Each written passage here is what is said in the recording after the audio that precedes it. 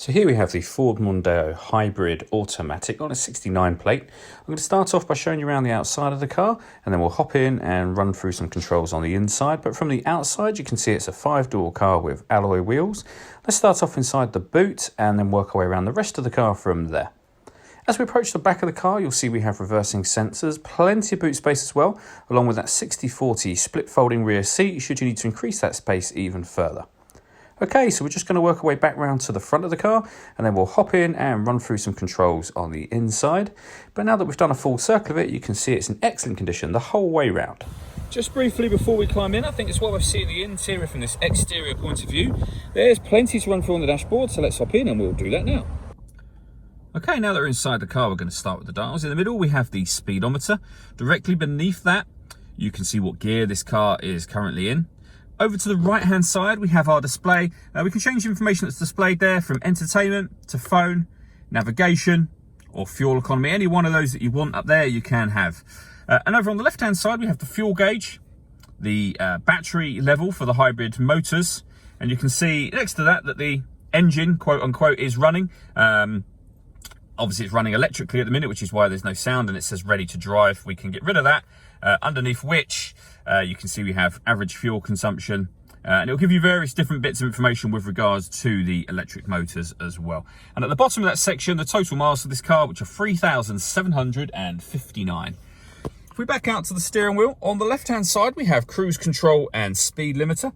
And these buttons here relate to the screen on the left just there. Similarly, these relate to the screen on the right. Over here, we've got cruise control, speed limiter, as I say. Over on the right-hand side, we have stereo and phone controls, including voice activation for the phone. So you can hit that button, ask it to dial anyone in your contacts list, and it will do that for you without you having to take your phone from your bag or pocket. There it is, of course, once you've paired it up. And that is done over on the touchscreen just here. Hit connect to phone, and then add phone. Search for your vehicle on your device and select it once it is found. And then follow those instructions on screen from there. If we go back to the home screen, we have the map for the satellite navigation here. There's a full video that shows how the satellite navigation works that you can find both on our website and also on our YouTube channel as well. That takes us back to the home screen. And from there, you can access your music. You'll see that we have AM, FM and DAB radio. We have Bluetooth audio as well, so you can stream your music wirelessly. And this car's got 2 separate USB inputs, so if you plug devices into those, you'll have extra boxes appear up on here for you to select. Working our way down, we have the main volume for the stereo. We then have dual zone climate control, so you can adjust the driver temperature, the passenger temperature up or down, the fan speed up and down. All adjustments that you make will show up on the screen. So driver temperature, passenger temperature, the speed of the fans. When you're happy with those settings, that button turns the air conditioning off, as is the case now, or back on again, or hit auto, and the car will now maintain the temperatures you've asked for by taking full control of the fan speed for you. You can override that simply by readjusting the fans yourself.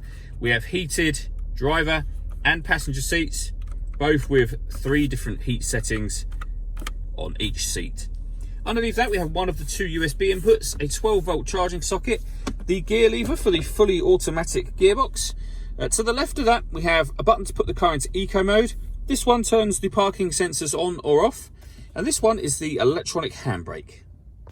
All that leaves me to say is thank you for taking the time to watch this video. If you'd like to see the car in person and have a test drive, please feel free to call any of our MJA sites. We'd love to hear from you soon.